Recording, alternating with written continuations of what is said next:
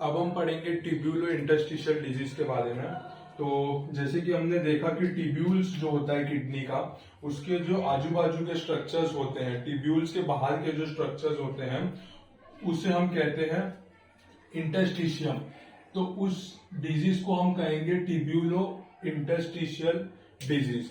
Interstitium में किसी भी प्रकार का पैथोलॉजी होने की वजह से ट्यूब्यूल्स पे भी कुछ इफेक्ट पड़ता है, तो इसके लिए हम उसे कहते हैं ट्यूब्यूलो इंटरस्टिशियल डिजीज। यानी कि कोई भी पैथोलॉजी जो इंटरस्टिशियम में होता है, यानी कि नेफ्रॉन्स जो होता है उसकी बाहर जो इंटरस्टिशियम है उसमें किसी भी तरह का पैथोलॉजी होगा, तो उसके वजह से उसका इफेक्ट पड़ेगा ट्यूब्यूल्स का, तो उसे हम कहते हैं ट्यूब्यूलो इंटरस्टिशियल डिजीज। तो अभी हम उसके बारे में पढ़ेंगे। तो सबसे पहला हमने ग्लोमेरुलर डिजीज के बारे में देखा था, फिर लास्ट लेक्चर में हमने ट्यूब्यूलर डिजीज के बारे में देखा था, एक्यूट ट्यूब्यूलर नेक्रोसिस के बारे में, और अब हम ट्यूब्यूलो इंटरस्टिशियल डिजीज यानी कि इंटरस्टिशियम में जो डिजीज होता है उसके बारे में देखेंगे। तो ट्यूब्यूलो इंटरस्टिशियल डिजीज क्या होता है? तो ये है इन्फ्लामेटरी प्रोसेस है involving renal interstitium accompanied by some degree of tubular damage। तो ये एक टाइप का इन्फ्लामेटरी प्रोसेस है, यानी कि किसी तरह के इन्फेक्शन की वजह से, इन्फ्लामेशन की वजह से होता है, जो कि मेनली अफेक्ट करता है रीनल के इंटरस्टिशियम पे। तो रीनल के इंटरस्टिशियम जो रीजन होता है वहां पे अफेक्ट करता है, और उसके वजह से कुछ प्रेशर या कुछ डिग्री का डैमेज होता है ट्यूब्यूल्स पे, तो हम उसे कहते हैं ट्यूब्यूलर डैमेज। तो ट्यूब्यूलो इंटरस्टिशियल डिजीज क्या है? तो it is a type of inflammatory process involving renal interstitium accompanied by some degree of tubular damage। Renal interstitium में किसी भी प्रकार का इंफेक्शन होने की वजह से वहां पे इन्फ्लामेशन होता है और उसका कुछ इफेक्ट ट्यूब्यूल्स पे भी होता है, उसे हम कहेंगे tubulo interstitial disease. Tubulo interstitial disease में सबसे इंपॉर्टेंट, सबसे कॉमन जो है, जो हमें मोस्टली हमेशा देखने को मिलेगा, वो है पाइलोनेफ्राइटिस। क्या है? पाइलोनेफ्राइटिस, यानी कि इन्फ्लामेशन ऑफ किडनी। क्या होता है? किडनी पे सूजन आता है, ऐसा हम कभी कभार मेडिकल टर्म में बोलते हैं, जिसे हम कहते हैं पाइलोनेफ्राइटिस। तो पाइलोनेफ्राइटिस क्या होता है? तो इसका मतलब होता है इन्फ्लामेशन ऑफ किडनी। तो जो भी इंटरस्टिशियम है वहां पे इंफेक्शन होने की वजह से वहां पे इन्फ्लामेशन होता है, और उसे हम कहते हैं पाइलोनेफ्राइटिस। पाइलोनेफ्राइटिस के दो टाइप होते हैं, एक तो होता है एक्यूट पाइलोनेफ्राइटिस और दूसरा है क्रोनिक पाइलोनेफ्राइटिस। तो सबसे पहला है वो है एक्यूट पाइलोनेफ्राइटिस और दूसरा है क्रोनिक पाइलोनेफ्राइटिस। इसके अलावा भी पाइलोनेफ्राइटिस के और भी कुछ टाइप्स होते हैं, लेकिन मोस्ट प्रोबेबली हमें ये दो टाइप्स ही पढ़ना है। यही दो टाइप इंपॉर्टेंट है जो कि ज्यादातर हमें देखने को मिलता है। तो सबसे पहला है एक्यूट पाइलोनेफ्राइटिस, दूसरा है क्रोनिक पाइलोनेफ्राइटिस। तो एक्यूट पाइलोनेफ्राइटिस क्या होता है? तो it is an acute superlative inflammation of kidney caused by pyogenic bacteria. Bacteria की वजह से किडनी में किसी भी तरह का इंफेक्शन होना, सुपरेटिव इन्फेक्शन यानी कि जहां पे पस एक्यूमुलेट हो। क्या होता है? पस एक्यूमुलेट हो, उसे हम कहते हैं सुपरलेटिव। तो एक्यूट यानी कि सडन ऑनसेट इन्फ्लामेशन किडनी में अगर होता है जहां पे पस फॉर्मेशन होता है, और ये क्यों होता है? तो ये होता है पायोजेनिक बैक्टीरिया की वजह से, यानी कि पस फॉर्मिंग बैक्टीरिया जो होते हैं उसकी वजह से क्या होगा? किडनी में पस फॉर्मेशन होगा और उसके वजह से इन्फ्लामेशन आएगा, और उस कंडीशन को हम कहेंगे एक्यूट पाइलोनेफ्राइटिस। तो पस फॉर्मिंग बैक्टीरिया के वजह से किडनी में पस एक्यूमुलेट होगा, जिसके वजह से इन्फ्लामेशन देखने मिलेगा किडनी में, और उस कंडीशन को हम कहेंगे एक्यूट पाइलोनेफ्राइटिस। तो एक्यूट पाइलोनेफ्राइटिस क्या होता है? तो it is an acute superlative inflammation of kidney caused by pyogenic bacteria. Pyogenic bacteria की वजह से किडनी में जो सूजन आएगा उसे हम कहेंगे एक्यूट पाइलोनेफ्राइटिस। अभी इडियोपैथोजेनेसिस यानी कि इसके कॉजेज क्या क्या है? पाइलोनेफ्राइटिस के कॉजेज क्या क्या है। तो सबसे पहला है infection following lower urinary tract. क्या है? इन्फेक्शन अगर लोअर यूरिनरी ट्रैक में किसी भी प्रकार का इन्फेक्शन होता है तो वो इन्फेक्शन क्या है, ऊपर की तरफ किडनी की तरफ चले जाएगा और वहां पे भी इन्फेक्शन हो जाएगा। तो जैसे कि हमने देखा है किडनी है, यहाँ पे कुछ पार्ट जाता है जिसे हम कहते हैं यूरेटर, फिर आता है हमारा यूरिनरी ब्लैडर और फिर आता है हमारा यूरेथ्रा। हाँ, तो यूरेटर में, यूरिनरी ब्लैडर में या फिर यूरेथ्रा में किधर पे भी कोई भी प्रकार का इन्फेक्शन होगा, इन्फेक्शन होगा लोअर यूरिनरी ट्रैक में यानी कि यूरेटर, यूरिनरी ब्लैडर या फिर यूरेथ्रा में, तो वो इन्फेक्शन ऊपर की तरफ आके पस जो किडनी है, किडनी में भी इन्फेक्शन को स्प्रेड करेगा और हमें पाइलोनेफ्राइटिस देखने को मिलेगा। तो infection following lower urinary track infection. दूसरा है ऑर्गेनिज्म। तो मोस्टली ऑर्गेनिज्म में इस्चेरिया कोली जो नाम का ऑर्गेनिज्म होता है वो 90% इन्फेक्शन स्प्रेड करता है और उसे हम कहते हैं एक्यूट पाइलोनेफ्राइटिस। दूसरे ऑर्गेनिज्म जो है वो है एंटेरोबैक्टर, क्लैप्सिला, स्यूडोमोनास और प्रोटियस। तो सबसे इंपॉर्टेंट जो ऑर्गेनिज्म होता है वो होता है इस्चेरिया कोली जो कि 90% केसेस में मिलता है। बाकी होते हैं एंटेरोबैक्टर, क्लैप्सिला, स्यूडोमोनास और प्रोटियस। इसके बाद रूट ऑफ एंट्री क्या होता है? तो रूट ऑफ इन्फेक्शन का एंट्री जो है, रूट ऑफ एंट्री क्या है?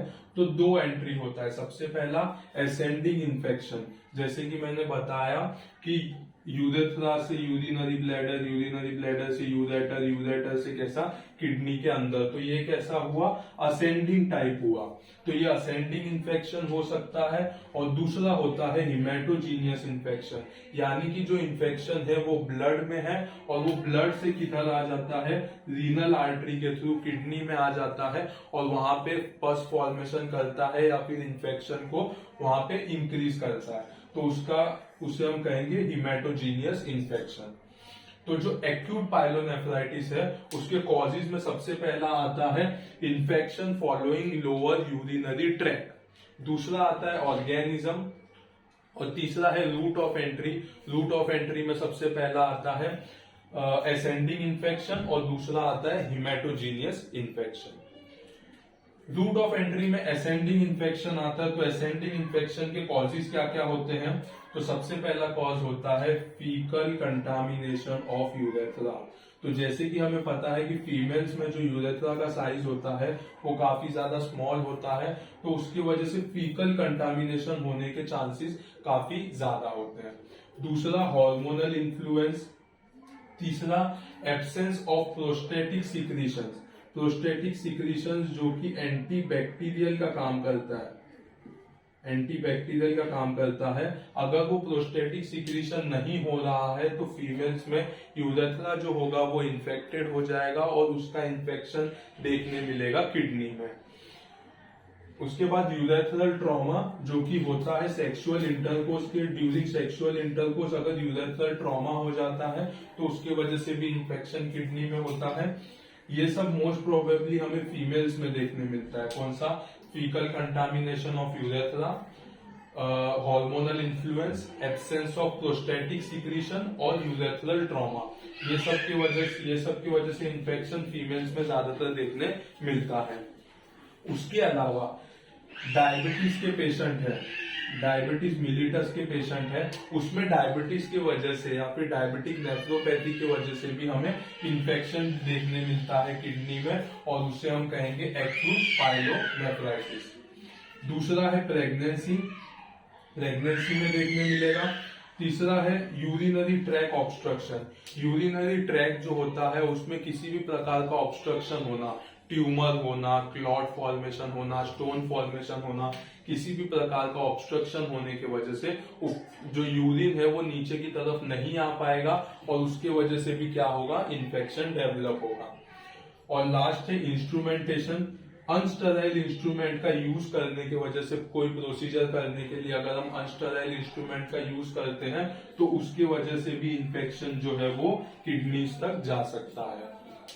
तो एसेंडिंग इन्फेक्शन के कॉजेज क्या क्या है?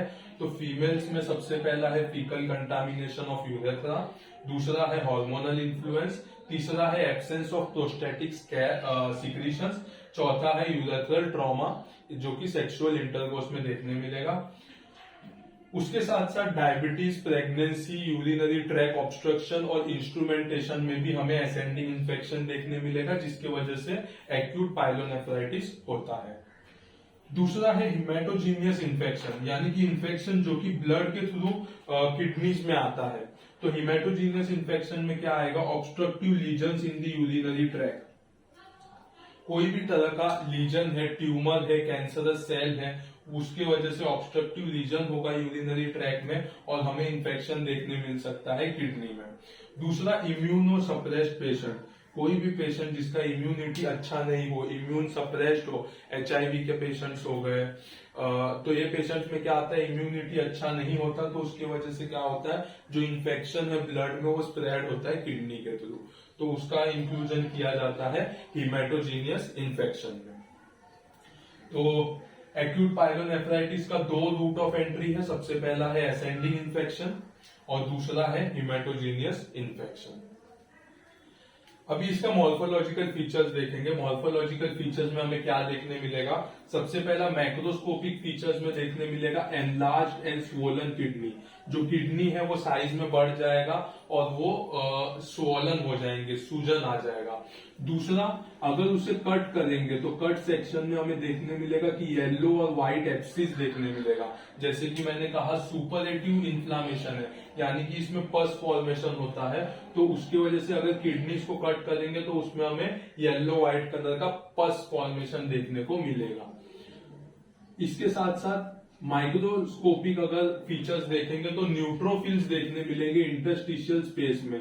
तो जैसे कि हमें पता है किसी भी तरह का इन्फेक्शन होता है बॉडी में, तो जो बॉडी के सोल्जर्स है वो वहां पे प्रेजेंट होते हैं, तो कभी भी अगर इन्फेक्शन हुआ है तो न्यूट्रोफिल्स प्रेजेंट होंगे। तो न्यूट्रोफिल्स इंटरस्टिशियल स्पेस में प्रेजेंट होते हैं किल करने के लिए वहां के बैक्टीरिया या फिर पस सेल्स को। तो ऐसा माइक्रोस्कोपिक फीचर्स हमें देखने मिलेंगे। तो मॉर्फोलॉजिकल फीचर्स में एक्यूट पाइलोनेफ्राइटिस में मैक्रोस्कोपिक फीचर्स में देखने मिलेगा कि किडनी जो है वो एनलार्ज है और स्वोलन है। दूसरा, कट सेक्शन में हमें देखने मिलेगा कि वहां पे पस फॉर्मेशन है। माइक्रोस्कोपिक में अगर हम देखेंगे तो न्यूट्रोफिल देखने को मिलेंगे। अगर कोई पेशेंट है जिसको एक्यूट पाइलोनेफ्राइटिस हुआ है तो उससे सिम्टम्स क्या क्या देखने मिलेंगे? कोई पेशेंट अगर हमारे पास ओपीडी में आया तो उससे सिम्टम्स क्या क्या देखने को मिलता है? तो सबसे पहला चीज है वो है फीवर, चिल्स। कोई भी तरह का बॉडी में अगर इन्फेक्शन होता है तो पेशेंट में सबसे पहला कंप्लेंट होता है फीवर का और चिल्स का, यानी कि बुखार आना और ठंडी लगना। उसके अलावा ये इन्फेक्शन है वो रिलेटेड टू किडनी है कि नहीं वो कैसा देखेंगे, तो लॉइन पेन होएगा। कैसा? लॉइन पेन होएगा, यानी कि जहां पे भी किडनी प्रेजेंट है, एनाटॉमी में हमें पता है किडनी कहाँ पे प्रेजेंट है, तो जो किडनी के आजू बाजू का सरफेस है या किडनी के ऊपर का स्किन है वहां पे पेन बहुत ज्यादा होने लगेगा। उसके साथ साथ लुम्बार टेंडरनेस होगा, लुम्बार रीजन में भी टेंडरनेस देखने मिलेगा। इन्फेक्शन की वजह से यूरिन का अमाउंट जो है वो कम हो जाएगा और फ्रीक्वेंसी बढ़ जाएगा यूरिनेशन का। बार बार थोड़ा थोड़ा यूरिन पास करेंगे तो फ्रीक्वेंसी बढ़ जाएगा, लेकिन यूरिन का अमाउंट जो है वो कम हो जाएगा। तो अगर कोई पेशेंट हमारे पास आता है और वो बोलता है कि बार बार पेशाब हो रहा है, बुखार आ रहा है, बैक साइड लुम्बार रीजन में पेन हो रहा है, तो हमें एक पॉसिबिलिटी ये भी समझना चाहिए कि पेशेंट को किडनी में किसी तरह का इन्फेक्शन हुआ है, जिसे हम एक्यूट पाइलोनेफ्राइटिस कहते हैं। तो क्लिनिकल फीचर में हमें फीवर देखने मिलेगा, chills, loin pain, lumbar tenderness, dysuria और इंक्रीज फ्रीक्वेंसी ऑफ यूरिनेशन देखने को मिलेंगे। उसमें टेस्ट क्या क्या करना है? तो अगर हम सादा यूरिन का टेस्ट करते हैं, यूरिन रूटीन करते हैं, तो हमें देखने मिलेगा कि वहां पे पस सेल्स काफी ज्यादा बढ़ जाते हैं, यानी कि ऑलमोस्ट 100 से भी ऊपर चले जाएगा पस सेल्स। और उसके साथ साथ बैक्टीरिया जो है वो प्रेजेंट देखने मिलेगा, 1+2+3+, उस हिसाब से बैक्टीरिया प्रेजेंट देखने मिलेगा। इसमें ट्रीटमेंट क्या है, तो इसमें एंटीबायोटिक का यूज किया जाता है, लेकिन एंटीबायोटिक का यूज तभी करना चाहिए जब हमारे पास यूरिन कल्चर और सेंसिटिविटी का रिपोर्ट हो। तो सेंसिटिविटी में हमें पता चलता है कि कल्चर से पता चलता है कि कौन सा ऑर्गेनिज्म है, और सेंसिटिविटी से पता चलता है कि कौन से एंटीबायोटिक का यूज करने से ट्रीट हो सकता है एक्यूट पाइलोनेफ्राइटिस। तो क्लिनिकल फीचर्स, एग्जामिन डायग्नोसिस कैसे करना है यूरिन रूटीन से, और एंटीबायोटिक कैसे प्रिस्क्राइब करना है, तो यूरिन कल्चर सेंसिटिविटी के रिपोर्ट के ऊपर से हमें एंटीबायोटिक प्रिस्क्राइब करना है। कॉम्प्लिकेशन अगर हम देखेंगे तो एक्यूट पाइलोनेफ्राइटिस में कॉम्प्लिकेशन क्या होता है, तो कॉम्प्लिकेशन होता है पेपिलरी नेक्रोसिस। तो जैसे हमने देखा पेपिलरी, कुछ यहाँ पे कोन टाइप स्ट्रक्चर्स प्रेजेंट होते हैं किडनीज में, तो इसका जो बेस होता है यहाँ पे नेक्रोसिस होने का चांसेस होता है, तो जिसे हम कहेंगे पेपिलरी नेक्रोसिस। दूसरा है पायोनेफ्रोसिस। पायोनेफ्रोसिस यानी कि काफी सारे किडनी में काफी सारे जगह पे पस का एक्यूमुलेशन होना, क्या होना, पस का फॉर्मेशन होना, पूरे किडनी में सब थोड़े थोड़े जगह पे पस का फॉर्मेशन होना। और तीसरा है पेरीनेफ्रिक एप्सिस, किडनी के आजू बाजू में भी जो रीजन होते हैं वहां पे भी क्या होना, पस फॉर्मेशन होना, या फिर हम कह सकते हैं एप्सिस फॉर्मेशन होना। तो पेरीनेफ्रिक किडनी के आजू बाजू में, या फिर हम कह सकते हैं नेफ्रॉन्स के यहाँ पे एप्सिस का डेवलपमेंट होना। तो कॉम्प्लिकेशन में आएगा सबसे पहला पेपिलरी नेक्रोसिस, दूसरा पायोनेफ्रोसिस, और तीसरा आएगा पेरीनेफ्रिक एप्सिस। तो इतना चीज हमें एक्यूट पाइलोनेफ्राइटिस के बारे में पता होना जरूरी है। एक्यूट पाइलोनेफ्राइटिस का डेफिनेशन, उसके कॉजेज, उसके दो रूट कौन से हैं, असेंडिंग और हेमेटोजीनियस, मॉर्फोलॉजिकल फीचर्स में मैक्रो और माइक्रोस्कोपिक, क्लिनिकल फीचर्स, उसका डायग्नोसिस, उसका एंटीबायोटिक ट्रीटमेंट और उसके कॉम्प्लिकेशंस। दूसरा चीज है क्रोनिक पाइलोनेफ्राइटिस। क्रोनिक पाइलोनेफ्राइटिस, तो क्रोनिक पाइलोनेफ्राइटिस यानी कि बहुत दिन तक चला हुआ इन्फेक्शन या रिकरेंट इन्फेक्शन होना, तो उसे भी हम कहेंगे क्रोनिक पाइलोनेफ्राइटिस। तो ये क्या होता है, तो it is the repeated attack of inflammation and scaring. हमने आज इन्फेक्शन हुआ है, एंटीबायोटिक ले लिया, ठीक हो गया, फिर 10-15 दिन 20 दिन के बाद फिर इन्फेक्शन हो रहा है, फिर ठीक हो रहा है, फिर इन्फेक्शन हो रहा है, ठीक हो रहा है, तो उससे हम कहेंगे क्रोनिक पाइलोनेफ्राइटिस। तो क्रोनिक पाइलोनेफ्राइटिस के कॉजेज क्या क्या है, तो दो कॉज है इंपॉर्टेंट, एक तो रिफ्लक्स नेफ्रोपैथी, क्या होता है रिफ्लक्स नेफ्रोपैथी, और दूसरा ऑब्स्ट्रक्टिव पाइलोनेफ्राइटिस, क्या होता है ऑब्स्ट्रक्टिव पाइलोनेफ्राइटिस। तो सबसे पहला रिफ्लक्स नेफ्रोपैथी, तो कभी भी कोई भी पेशेंट में कोई कंजेनाइटल प्रॉब्लम है, कंजेनाइटल प्रॉब्लम है, या फिर हम कह सकते हैं शॉर्टनिंग हो जाएगा इंट्रा वेसिकल पोर्शन का, कहां पे, तो जैसे ये साइड पे शॉर्टनिंग हो गया इंट्रा वेसिकुलर पोर्शन पे, या फिर कंजेनाइटल एब्सेंस है, तो इसमें क्या होगा, कभी भी अगर पेशेंट यूरिन करने के लिए प्रेशर लगाएगा तो जितना यूरेटर में से यूरिनरी ब्लैडर में यूरिन आएगा, यूरिनरी ब्लैडर से यूरेथ्रा के थ्रू नीचे जाना चाहिए, लेकिन वो क्या करेगा, वापस ऊपर की तरफ आना स्टार्ट होगा, क्योंकि यूरिनरी ब्लैडर में प्रेशर लगा है। तो वो जितने अमाउंट में नीचे की तरफ जाएगा यूरिन, उतना ही अमाउंट में ऊपर की तरफ भी यूरिन जाएगा, और उसकी वजह से किडनी में इंफेक्शन होने का चांसेस है, जिसे हम कहेंगे क्रोनिक पाइलोनेफ्राइटिस, और इस कंडीशन को हम कहेंगे रिफ्लक्स नेफ्रोपैथी। तो कंजेनाइटल एब्सेंस, या फिर अच्छे से काम नहीं कर रहा होगा इंट्रा वेसिकुलर पोर्शन, तो उसकी वजह से क्या होगा, कभी भी यूरिन पास करते वक्त अगर प्रेशर लगाएंगे तो यूरिन जो है वो यूरेटर के थ्रू किडनीज में वापस आएगा, रिफ्लक्स होगा, और उसके वजह से इंफेक्शन होगा, तो उसे हम कहेंगे रिफ्लक्स नेफ्रोपैथी। दूसरा है ऑब्स्ट्रक्टिव पाइलोनेफ्राइटिस। ऑब्स्ट्रक्टिव पाइलोनेफ्राइटिस में आएगा कि अगर ये यूरेटर है, यूरेटर में कहीं पे स्टोन फॉर्मेशन है, कोई क्लॉट है, कोई ट्यूमर है, उसकी वजह से अगर यूरिन को ऑब्स्ट्रक्ट कर रहा है तो ये यूरिन नीचे की तरफ नहीं जा पाएगा, यहाँ पे ही जमा होते जाएगा और उसकी वजह से वो क्या करेगा, किडनीज में इंफेक्शन को क्रिएट करेगा। उसे हम कहेंगे ऑब्स्ट्रक्टिव पाइलोनेफ्राइटिस। तो क्रोनिक पाइलोनेफ्राइटिस क्या होता है, तो repeated attack of inflammation and scaring अगर होते रहेगा तो उसे हम कहेंगे क्रोनिक पाइलोनेफ्राइटिस। इटियोपैथोजिनोसिस या कॉजेज में आएगा रिफ्लक्स नेफ्रोपैथी और दूसरा आएगा ऑब्स्ट्रक्टिव पाइलोनेफ्राइटिस। मॉर्फोलॉजिकल फीचर्स में देखेंगे तो क्या देखने मिलेगा, सबसे पहला इंटरस्टिशियम में हमारे सोल्जर्स देखने मिलेंगे, macrophage, lymphocytes, plasma cells. Tubules अगर देखेंगे तो वहां पे एट्रोफी और डायलेटेशन देखने मिलेगा। एज रिलेटेड या फिर हम कह सकते हैं चेंजेस देखने मिलेंगे टिब्यूल्स में, और टिब्यूल्स डायलेटेड देखने मिलेंगे। दूसरा पेल्विक कैल्शियल जो होगा, यानी कि रीनल पेल्विस जो है, ये पार्ट जो होता है रीनल का पेल्विस पार्ट, ये डायलेटेड देखने मिलेंगे। और कैलिक्स जो भी है, कैलिक्स इसके ऊपर के पार्ट जो कोन शेप स्ट्रक्चर के नीचे के पार्ट होते हैं थोड़े से, वहां का मतलब ये जो पूरा रीजन जो है ये पूरी तरह से डायलेटेड देखने को मिलेगा। तो renal pelvis and calyx are dilated. और ब्लड वेसल्स में हमें आर्टेरियोलोस्क्लेरोसिस देखने मिलेगा, हाइपरटेंसिव आर्टेरियोलोस्क्लेरोसिस देखने को मिलेगा। तो मॉर्फोलॉजिकल फीचर में क्या देखने मिलेगा, इंटरस्टिशियम में अगर हम देखेंगे तो मैक्रोफेजिस, लिम्फोसाइट या प्लाज्मा सेल्स देखने मिलेंगे।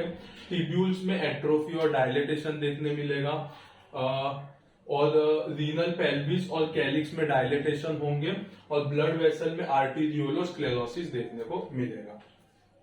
क्लिनिकल फीचर अगर हम देखेंगे तो रिकरेंट यूरिनरी ट्रैक इन्फेक्शन, यानी कि हमें वही सब चीज देखने मिलेगा, fever, chills, loin pain, lumbar tenderness, increase frequency of urination. इसमें डायग्नोसिस किया जाता है इंट्रावेनियस पाइलोग्राफी से, यानी कि एक टाइप का कॉन्ट्रास्ट दिया जाता है, उसके बाद यूरिनरी ट्रैक जो जगह होता है वहां का एक्सरे लिया जाता है, जिसकी वजह से पता चलता है कि ऑब्स्ट्रक्टिव है कि नहीं या फिर रिफ्लक्स नेफ्रोपैथी है कि नहीं, ये चीज पता चलता है। तो इसका डायग्नोसिस जो है वो किया जाता है इंट्रावेनियस पाइलोग्राफी से। इंट्रावेनियसली कॉन्ट्रास्ट दिया जाता है और कलर्ड इमेज हमें देखने को मिलता है एक्सरे के थ्रू, जिसे हम कहेंगे इंट्रावेनियस पाइलोग्राफी। अगर लॉन्ग स्टैंडिंग केसेस होगा तो अमाइलोइडोसिस नाम का एक डिजीज होता है, जिसमें अमाइलॉइड नाम का प्रोटीन है वो डिपॉजिट होने लगता है हार्ट में, लंग्स में, लीवर में। तो लॉन्ग स्टैंडिंग केसेस जो होगा क्रोनिक पाइलोनेफ्राइटिस का, उनमें हमें अमाइलोइडोसिस देखने को मिलेगा। तो क्लिनिकल फीचर्स में रिकरेंट यूटीआई, डायग्नोसिस करेंगे इंट्रावेनियस पाइलोग्राफी से, और अगर लॉन्ग स्टैंडिंग रहेगा तो एमाइलोइडोसिस हो सकता है। ट्रीटमेंट में क्या है, तो अगर ऑब्स्ट्रक्टिव पाइलोनेफ्राइटिस है तो सबसे पहला जो ऑब्स्ट्रक्शन है उसको निकालना जरूरी होता है। अगर कोई स्टोन वगैरह फॉर्मेशन होगा तो उसके हिसाब से हमें हाइड्रोथेरेपी या फिर इंटरवेंशनल प्रोसीजर करना पड़ेगा। और अगर रिफ्लक्स नेफ्रोपैथी है तो उसमें भी ऑपरेट करके उसको ठीक करना पड़ेगा, और वहां पे भी एंटीबायोटिक का यूज करना जरूरी है, क्योंकि जो इन्फेक्शन हुआ है उसको बॉडी से निकालने के लिए भी एंटीबायोटिक का यूज करना जरूरी है। तो अभी हम टिब्यूलो इंटरस्टिशियल डिजीज के बारे में देखें। काफी इंपॉर्टेंट टॉपिक है पाइलोनेफ्राइटिस, जिसके दो टाइप है, acute pyelonephritis, chronic pyelonephritis. Acute pyelonephritis का डेफिनेशन देखा हमने, कॉजेज देखा, route of infection, route of entry देखा, मॉर्फोलॉजिकल फीचर्स, क्लिनिकल फीचर्स और कॉम्प्लिकेशन देखे। क्रोनिक पाइलोनेफ्राइटिस का डेफिनेशन देखा, उसके कॉजेज देखे, मॉर्फोलॉजिकल फीचर देखा, क्लिनिकल फीचर देखा, और कुछ ट्रीटमेंट कैसे कर सकते उसके बारे में भी हमने पढ़ा।